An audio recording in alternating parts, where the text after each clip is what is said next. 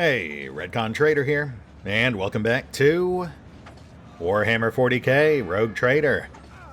As today, we've had a lot of fun being railroaded thus far, but it's about time for us to go off the beaten track and into the pit, where Zdena the Outcast awaits. And given the general layout of this place, not to mention the proliferation of loot drops, I think it's safe to assume that this is likely a combat area, which would be nice. Although, obviously we're not expecting much of a challenge, given that this is an Act 1 event. But I certainly wouldn't mind another chance to actually have Cabela do some stuff before we round out this quest. But let's see what we got.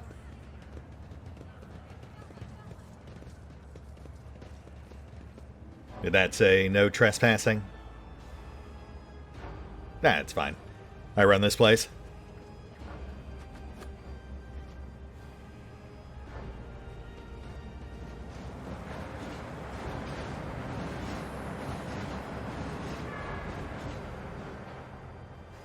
Nothing directly below the tracks.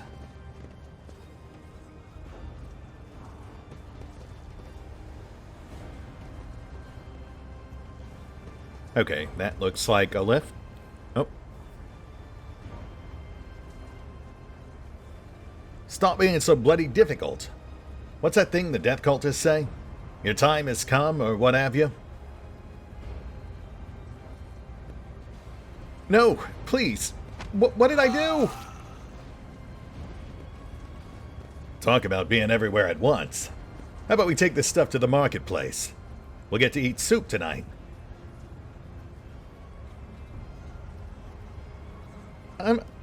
As with many of these incidents, I'm glad we just stood here and watched that happen. But, I guess... Always keep your eye on the price.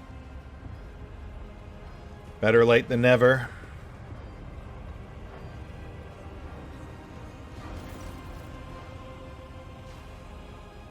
The specimens before you must be the most repellent inhabitants in the compartment.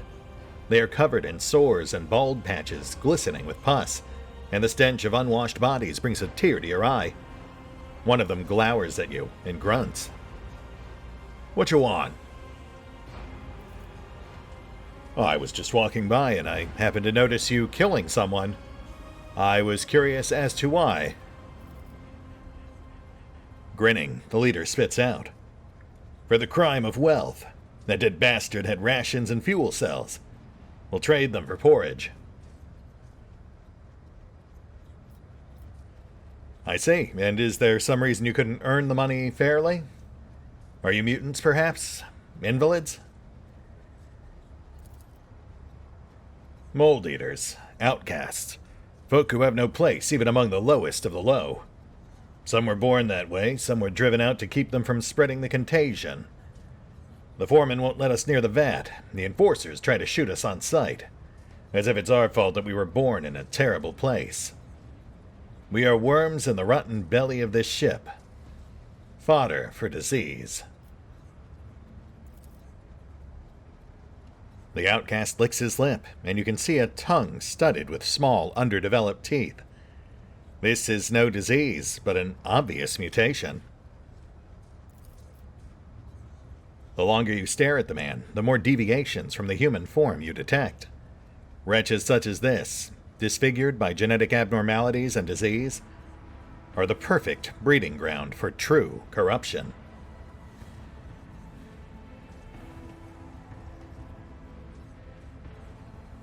Well, that is very sad. And generally speaking, I would be sympathetic towards mutants, but...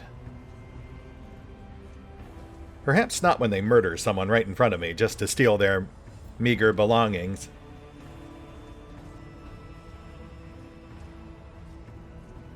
Worms in the belly of the ship. As the captain of this ship, that sounds like the sort of thing I should probably deal with.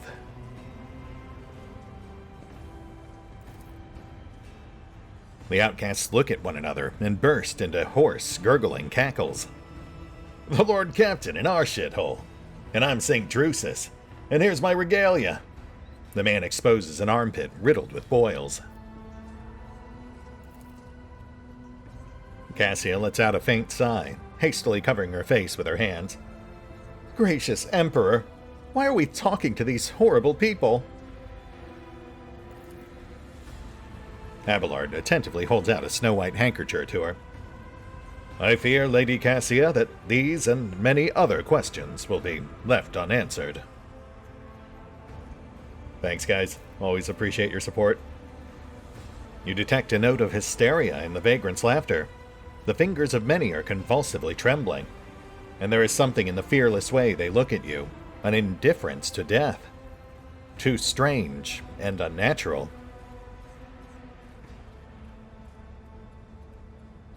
Apathy? Death wish? Or mayhaps something more sinister?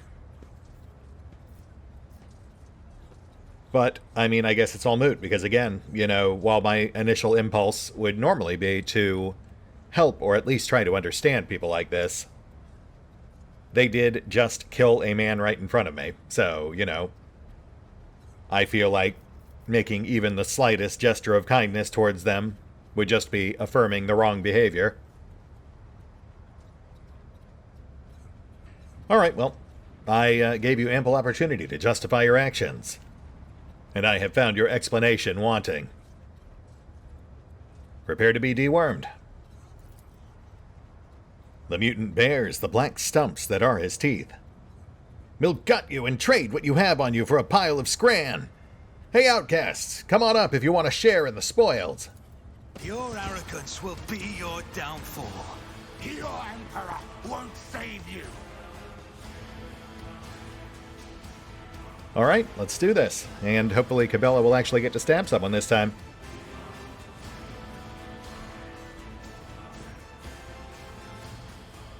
The biggest thing I'd actually like to see with her is whether or not her death from above maneuver counts as an attack.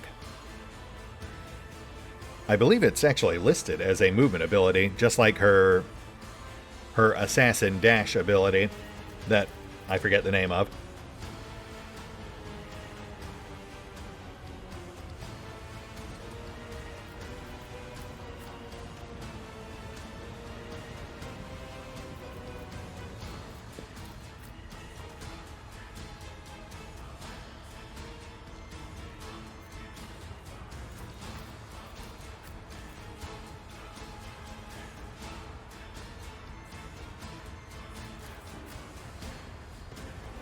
Here we go.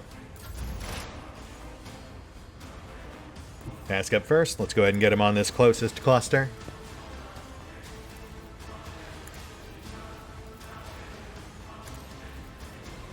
Actually, how are we on hit points this time? Ooh, okay. I mean, they're not exactly bricks, but they're definitely sturdier than the last group.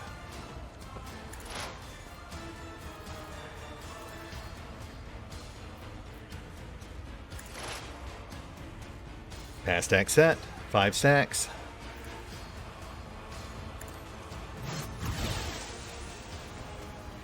And cluster cleared. Though it is worth noting, if we hadn't kill zoned, one of those guys would have actually survived.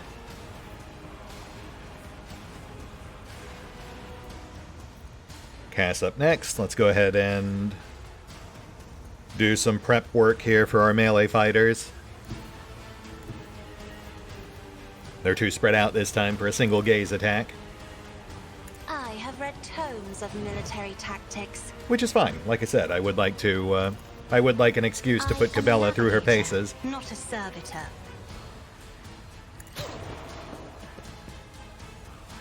Ah, I was hoping he'd move right up on her, but fair enough. Let's try again with Abby. Death to the weak. Hey, see? There we go. Oh, free follow-up. As duty demands. These guys are full of poison, but I'm not too worried about that. The fight will be over before DOTs can even trigger. Cover me. And prop up Cabela. But of course. Ella. Will do. Now that it's raining more than ever.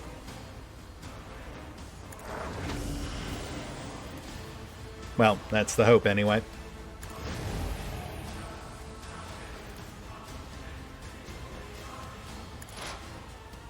Burn down this cluster. Nice. Death to non-believers! No, Abby! You fool! You fool! Alright, Cabela. Make it rain. So first things first, I want to try death from above, because that is the main thing I built her around. Oh, come on. You can't jump down? I mean, I guess that's fair. That would allow the player to get their character stranded in weird spots, I suppose. And I suppose we can just go around. Hibbity hup.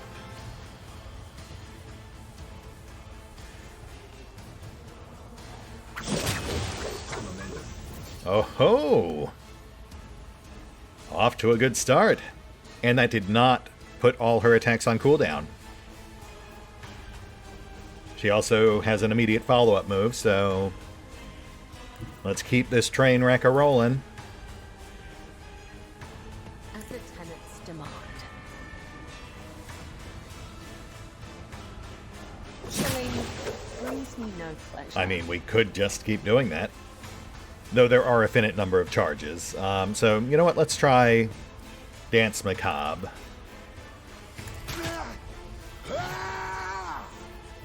Slightly less impressive, but As still fun. honor ordains. And down they go.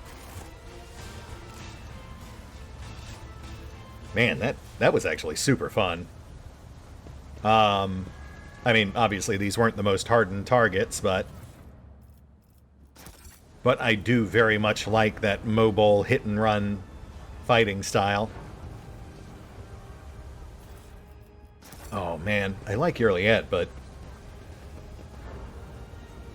no, I'll leave it to the raiders to decide. We're about due for a new companion poll, I think. Alright, let's see what we got here. Relished Anguish. At the end of the wearer's turn, they gain temporary wounds equal to the amount of collusion damage inflicted by the wearer this turn. Interesting. That's kind of fun. I do love knockback, but I just don't see it proccing often enough to justify using that. Like, maybe for a shotgun build. But even there, it feels like there's definitely better gloves you could be wearing. Sir? This man is suffering from a severe but curable disease. One vial of medicine administered in the early stages would have saved him. Yeah, well, we're not really big on preventative measures on this ship. We just kind of deal with things as they blow up in our face.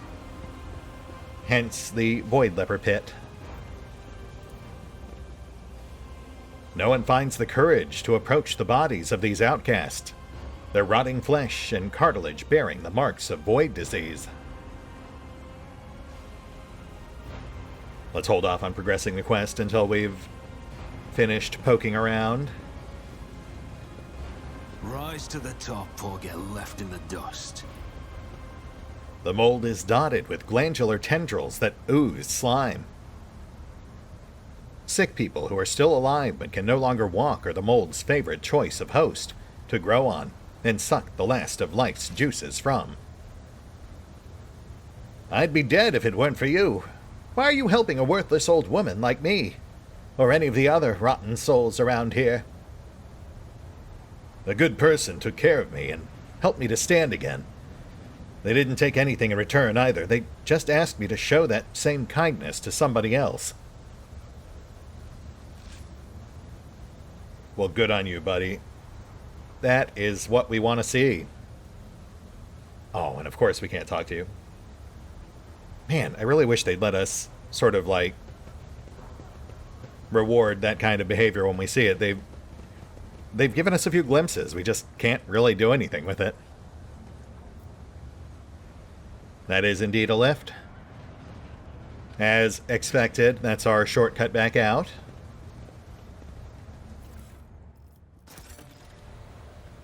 Ooh. The Lord Captain spent too much time in the Pestilence Pit by the Void Ship's freight line. And we now have a suspicious rash. Excellent.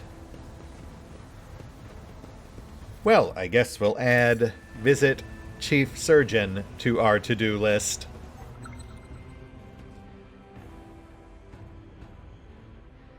Ooh, okay, that has to be our stash.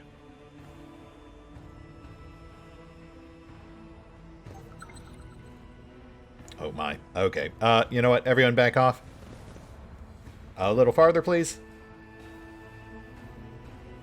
Like, way farther.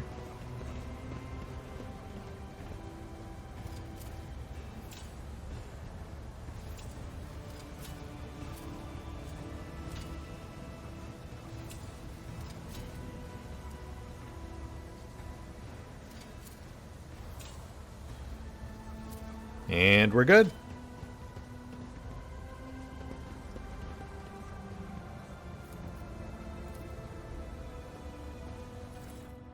Oh. Crimson Intoxicants. The user loses all their temporary wounds and increases their melee damage by the same amount for 1 round. I mean, not terrible, but I think more useful as 1 1/4 stacks of Mechanicus. Martyr's Bone Charm. If worn by a Death Cult assassin, when the wearer gains a stack of Blood Blessed, they also gain +10 toughness for 2 rounds. Does not stack. Alright, well that's less useful. The whole Blood Blessed mechanic is kind of a pain to set up. It's like setting a zone, but with extra steps. Crimson Oblivion. If worn by a Death Cult assassin, whenever the wearer kills an enemy, that enemy explodes in a fountain of blood. The cells nearby are covered in blood as if affected by Blood Vial. Which immediately addresses my main complaint about Blood Blessed. That being that you have to jump through hoops to set it up. In this case, now it's just automatically set up on kill. Yeah, you know what? Why not? We'll go ahead and slap those on Cabela. We'll toss the agility bracers back to Heinrichs. I actually do find myself wanting to test out Cabela in some more strenuous combat scenarios. Though, given that I'm sure we still have a number of DLC encounters all piled up on top of each other for Act 2, I have no doubts we'll get ample opportunity.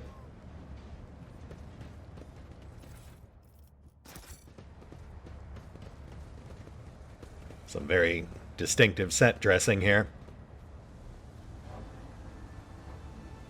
Alright, let's chat up Zdenna.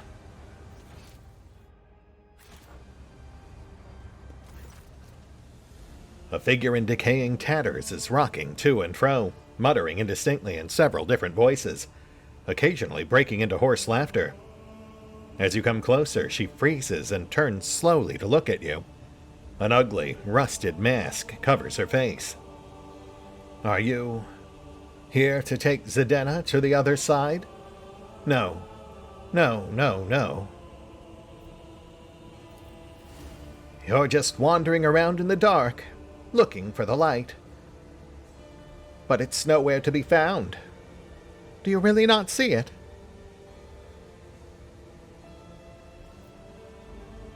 You know, can't say I do. Sorry, I don't think we've been introduced, Miss... Old Zdenna. Zdenna the outcast. Zdenna the mad. Zdenna the disaster. Zdenna the curse. Zdena the Spurned! The woman hugs her arms to her chest and starts cackling loudly. Broken chains clink at her emaciated wrists and neck. A ghost of the past? A shadow of the present? Only the Undying One knows. He alone. The Undying One, you say? What's with the chains and the mask? You're not some sort of escaped prisoner, are you? Ah, these. Gifts they are.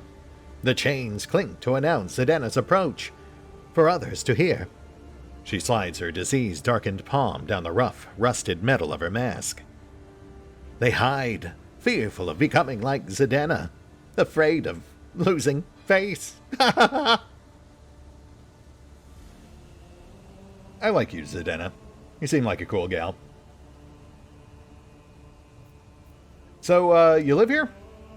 In this pit? The woman scratches her neck, nervously. You note her deformed fingers ravaged by some unknown disease. Here, where the unfortunate meet their undeath. Here, a dumping ground for the bodies of those the Undying One rejects. Here, where pestilence dwells. Zedena welcomes them all, talks to their ghosts. Here, where Zedena lives? Yes, that sounds right. Ghosts. Now you talk to ghosts. Are we talking literally, or is this... Adira, I would love it if you could weigh in about now. You can't hear them? Zedena points somewhere off to the side, laughs, then stops herself sharply. They don't like it when people come here. Lord Kenton, this woman is clearly ill in both spirit and body. Best to just leave her be. Her colors are all mixed, smudged, poised to reveal a pure shade of madness. And yet, scarlet threads separate these trembling patches, preventing her from losing herself. Ooh, okay. But still nothing from Adira. So I noticed this very peculiar symbol painted right beside you. I don't suppose you could perhaps tell me anything about that?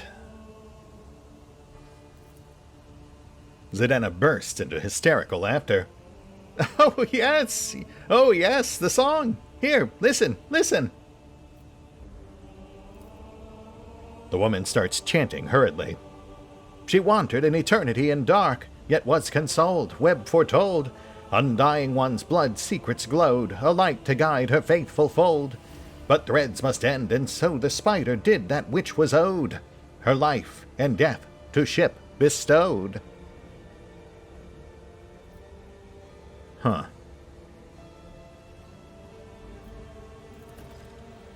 The final test. This time they want you to make a sacrifice. If one were to interpret this entire mystical search as a repetition of the saint's journey, then the logical conclusion is that you are supposed to sacrifice yourself, to merge with the blood that has drenched the flagship from bow to stern. Oh, okay. Right, yeah. Obviously. She's looking right at this giant fan vent. I'm guessing that's our entrance. She laughs again. And you'll see if you learn to see. Look into the darkness. Look, look. Sure, I will do that. But I can't imagine what it is I'm possibly supposed to see down there. You peer into the darkness and are gradually able to make out the outlines of objects hidden in the shadows. Rotting corpses, rough walls, the twitching death throes of infected people left here to die. You see no light in this place. Only more darkness and despair. You don't see, do you? You don't see? Zedena shakes her head frantically and starts tearing off her rags. Strips of her decaying flesh peel off along with them. You will not see until you become like Zidana, the flesh and blood of this ship. I'm flattered, but, just to make it clear now, I'm keeping my clothes on, also my skin. But figuratively speaking, how would one go about becoming the blood of this vessel? Oh, Zidana will show you, and you'll see the true light. Come now. Inappropriate.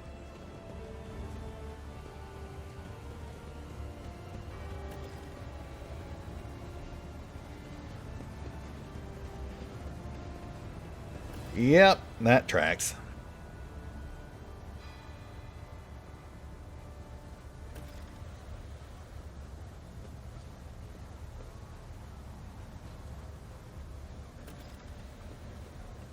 And there's our entrance.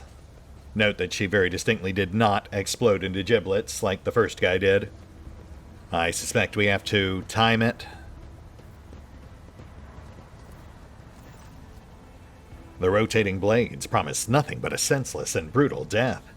Slipping past them would require some unreasonably precise calculations, or blind luck.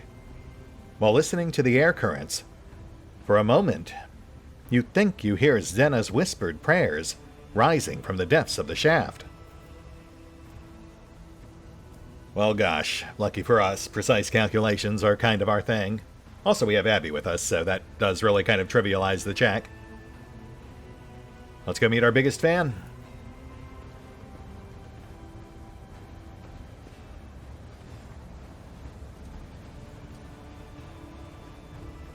I noticed you guys aren't exactly lining up behind me here.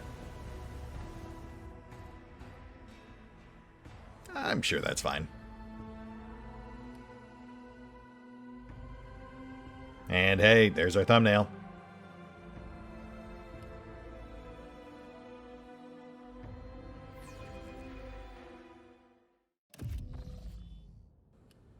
Ah, yes. We are indeed on our own. Well, that bodes poorly for any potential skill checks.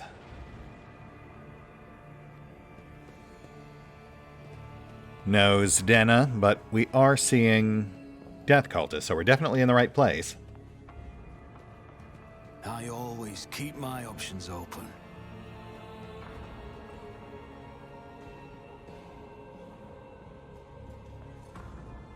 Ah, and of course, athletics check whilst Abby is absent. The Undying Emperor holds out his hand to all his children, offering them the highest reward, a worthy death.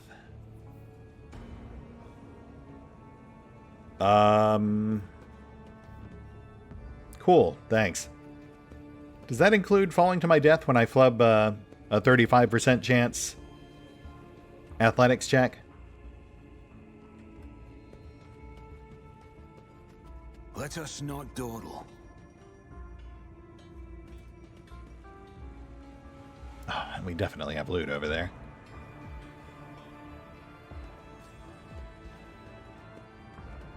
Alright, against my better judgment, let's take that leap of faith. But, just in case. You got this, Valen. Come on, bud.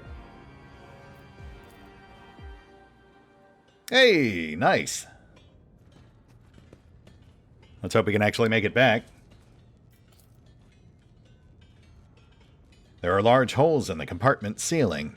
The spinners have dismantled the bulkheads to expand their temple ever higher. Keep your wits about you. Ah, and just generic cargo. Yeah, fair enough. Also another container down there. How do we...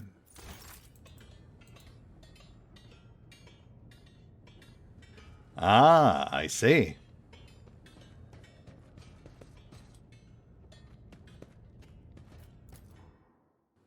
Oh, nice. No skill check for the return trip either. I always have a backup plan. So no chance to end up getting stranded. I do appreciate that.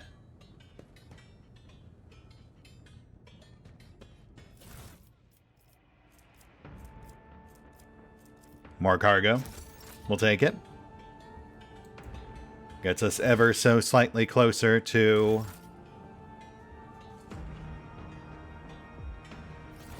hopefully maxing out our rep with all the factions. Which I did make a slight misstep on. Apparently the easiest way to do that is to bump up Drusians early. I've been focused on the Explorators, but they're apparently one of the easiest factions to gain with. So how do we get to that third one? I guess we have to climb down for that.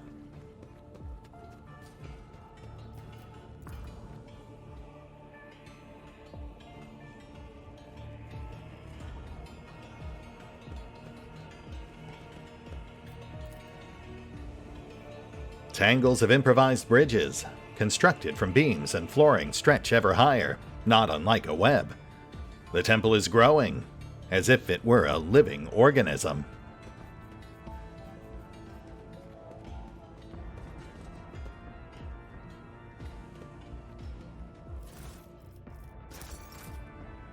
Cargo accrued. Let us resume our descent.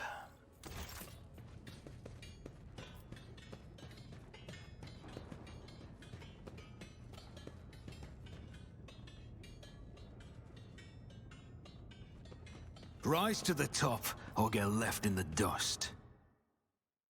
Another loading screen.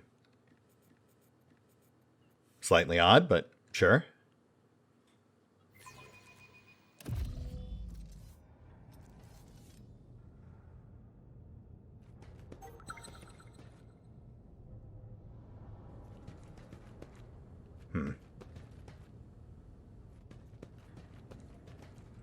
Party's still MIA, but let's see here.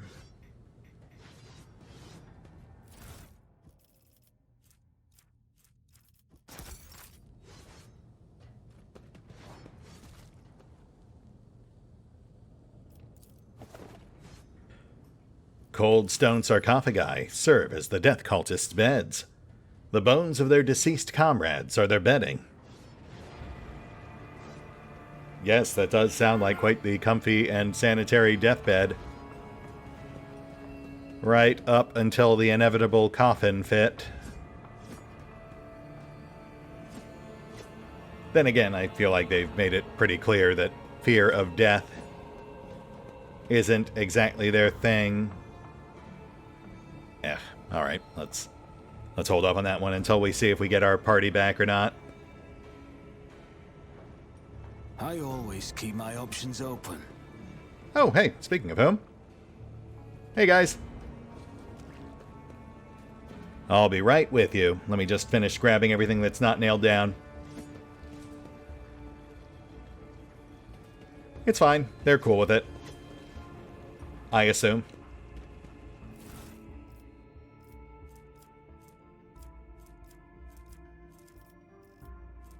%30 jewelry. Though I believe the Drusians and the pirates also accept provisions.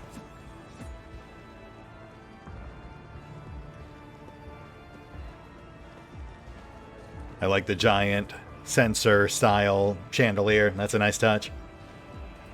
You know, once again, really went all out with the atmosphere and set dressing. A crimson torrent flows from the statue's hands, a symbol of the countless deaths offered up in his name.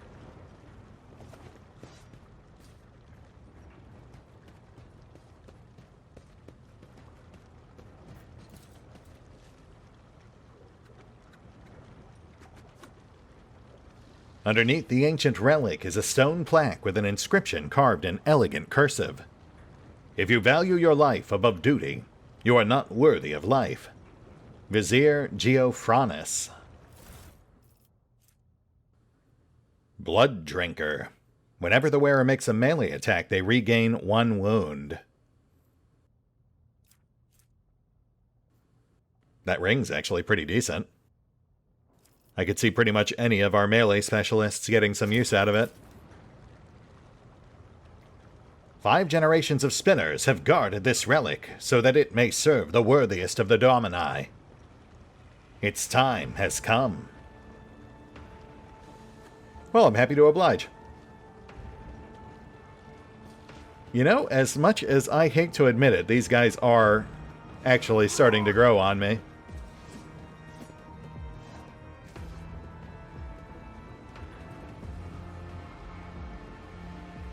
And there's the rest of our spinners.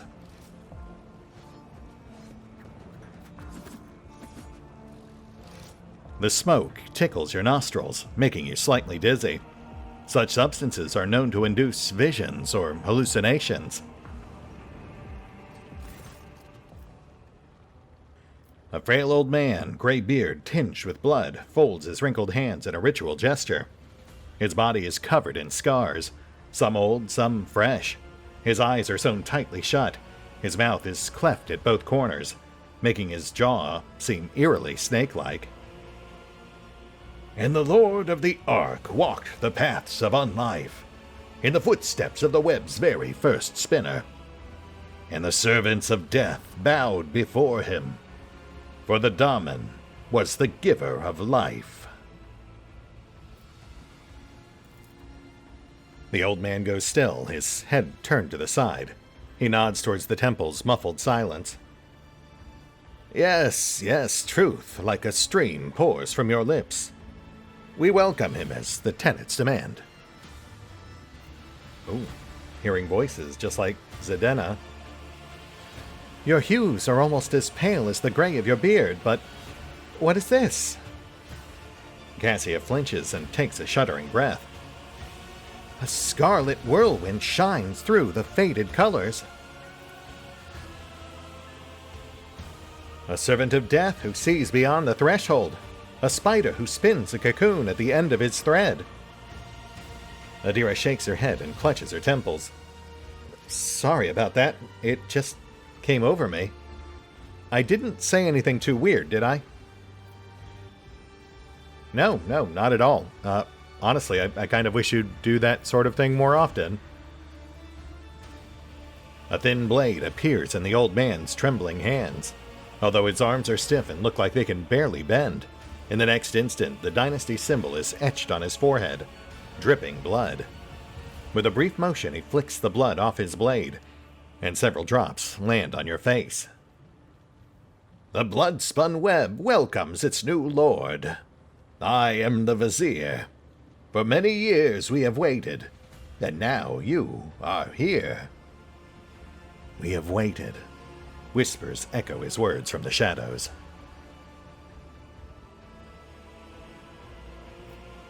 Wait, years?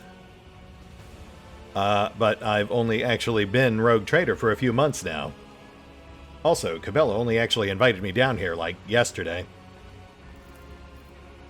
As I delve into my divinations from the flesh and blood of the departed ones, I turn to a relic most ancient and priceless. It is his tarot, inherited by the cult from the matriarch spider who spun the first thread. One of the readings I did back when I still had the strength to leave the temple and usher souls on their final journey. That was when, in the intricate tangle of destiny, I glimpsed our meeting. But when we would meet, alas, was not revealed to me. So we waited, year after year. And now, the hour has come.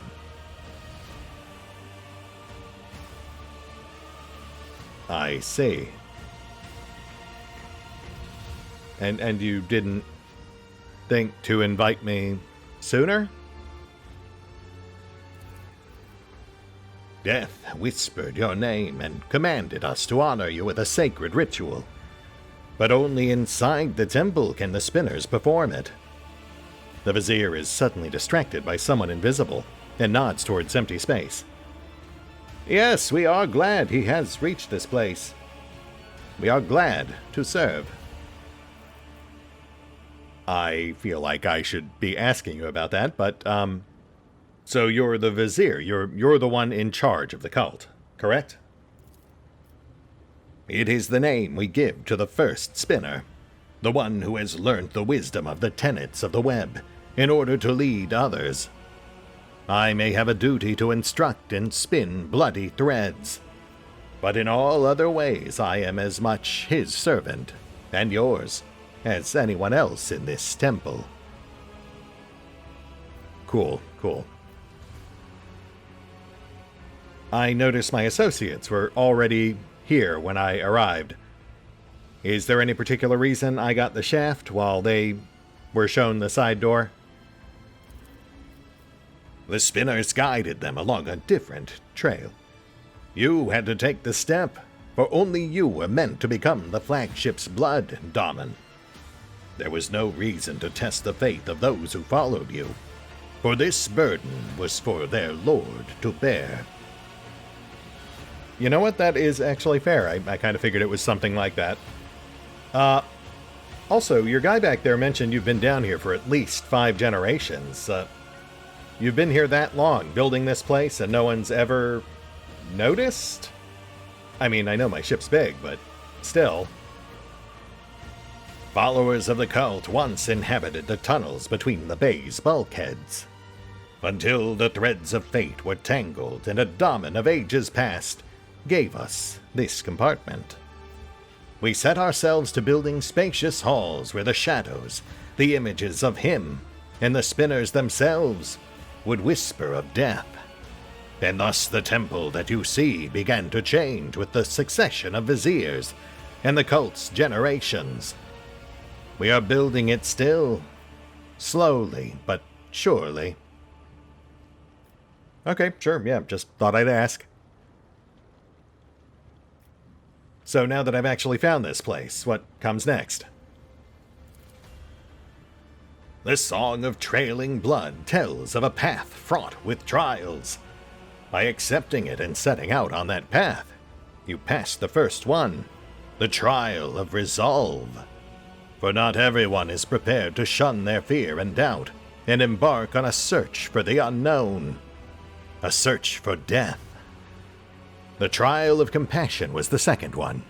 You passed it when you put yourself, albeit briefly, in the service of another soul, a man suffering from burns.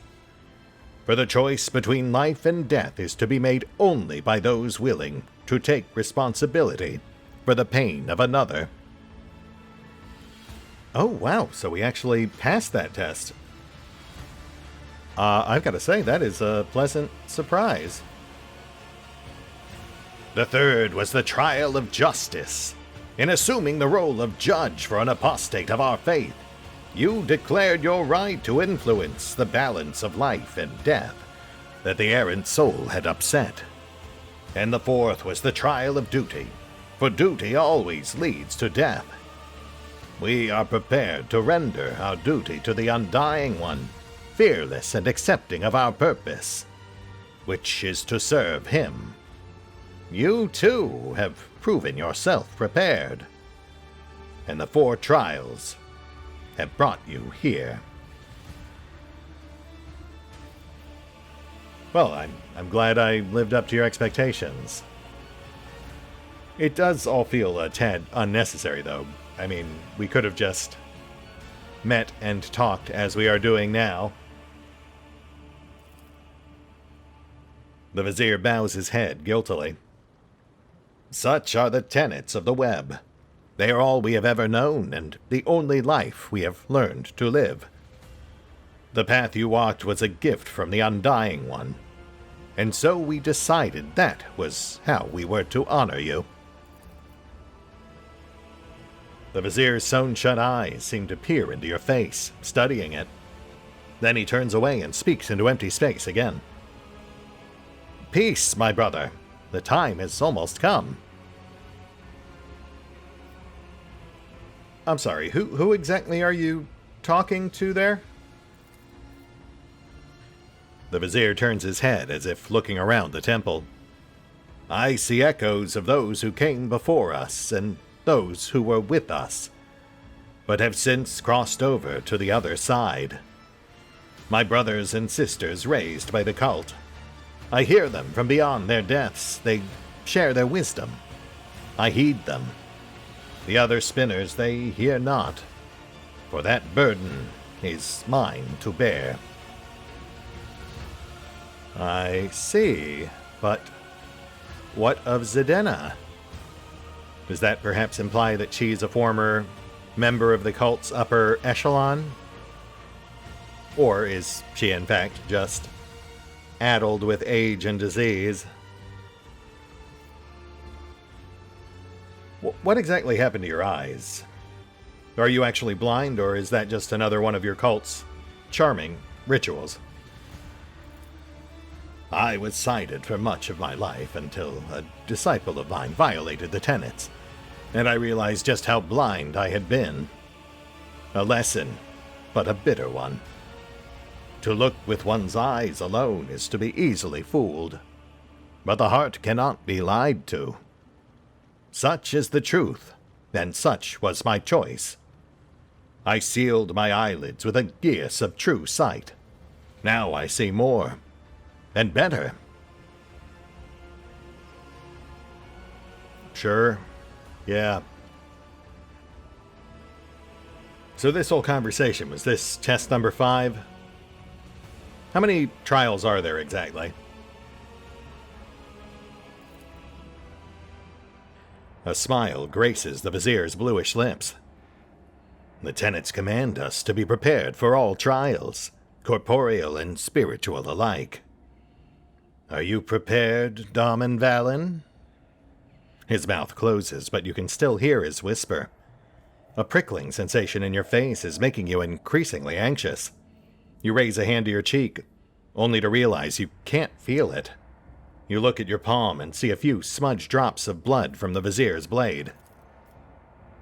A strange, serene calm envelops your body.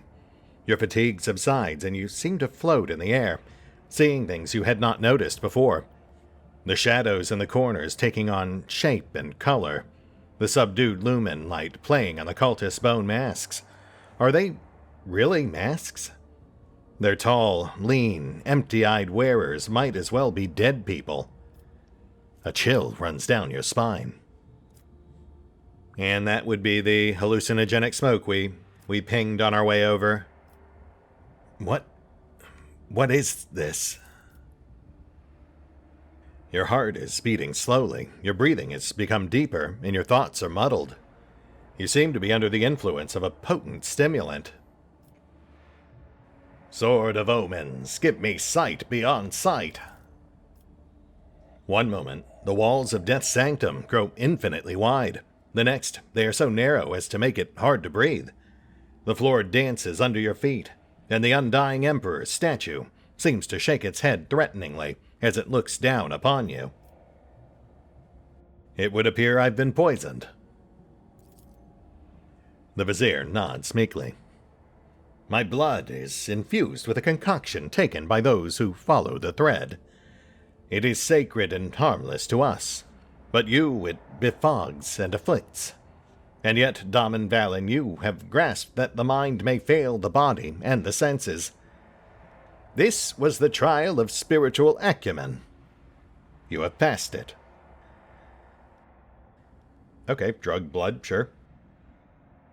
Really figured it would have been the smoke next to us, but whatever works, I guess. So are we done with the trials?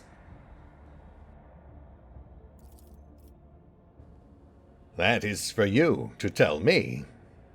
You look at the Vizier, and his trembling frame seems small and insignificant. A single step is all it would take to crush him. But the visions are starting to wear off, and now the old man towers over you. The keen gaze of his sealed eyes is studying your every movement, waiting for a response.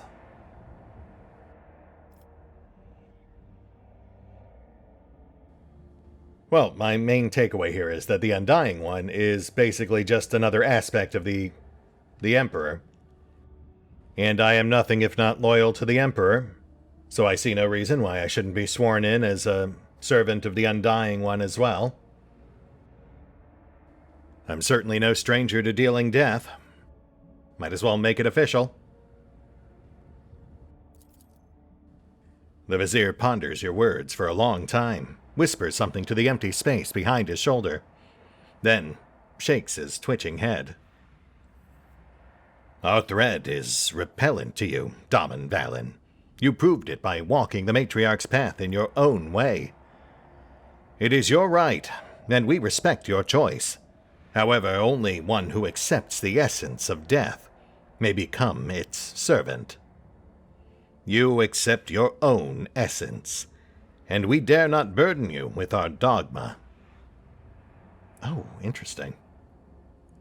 So while he does consider us to have completed the trials, he recognizes that we did it with the iconoclastic options as opposed to the dogmatic options that they would have preferred. For years we have maintained fealty to the Domini. We have collected sacred symbols and relics. You are the first in 3 generations of lords and ladies to descend into this sanctum. We are grateful. We are uplifted in spirit. Hear our exultation and accept this gift of a vestment sewn from the bones of his faithful with the threads of death. Spinner's Ritual Vestments. Plus 10% dodge if not in cover. Plus strength bonus wounds. Slightly underwhelming, but might be a good fit for Cabela. That which was foretold has come to pass. The ritual of descent is complete. Now be this temple's guest of honor, and rest a while. Oh, well, thank you. Yes, this does seem like a nice, cozy place to kick up my feet and always keep your eye on the prize. Relax. Actually, I don't want to be rash, but you know, I really probably should prioritize seeing my chief surgeon.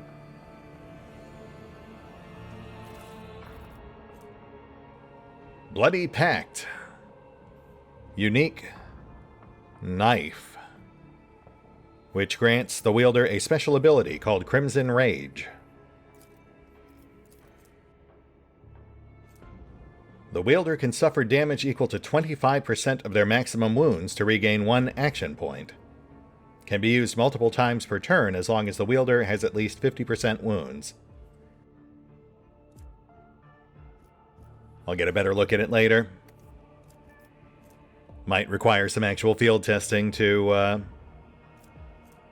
suss out the specifics.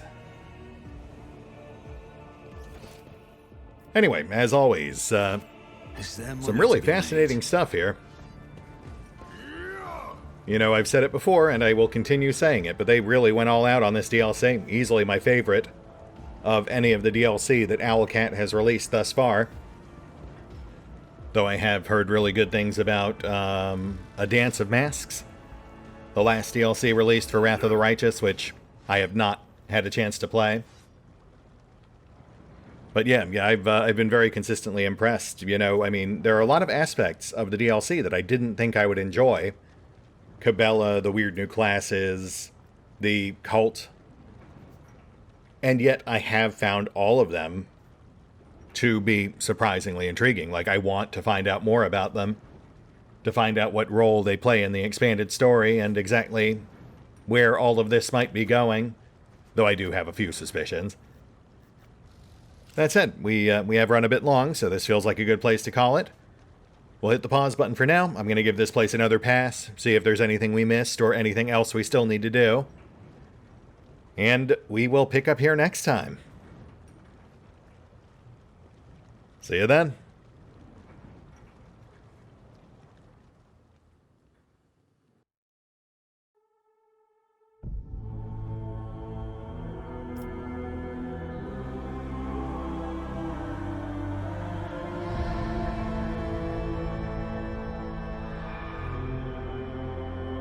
Oh, and special thanks to the Raiders, the fine folks who help make these videos possible, including but not limited to Eerie V23, Revenant, Alois, Dragon Matrix 7, Drakiith, EgonAlter, Exsellsior, Gottlieb, James Trimmier, Kazorm, Mark Giemza, Nathan Welch Jr., OverlordPherom, RandomPassrby, RobbyB, Tomasz Piątkowski, Triphoppenskip, and Valinrook.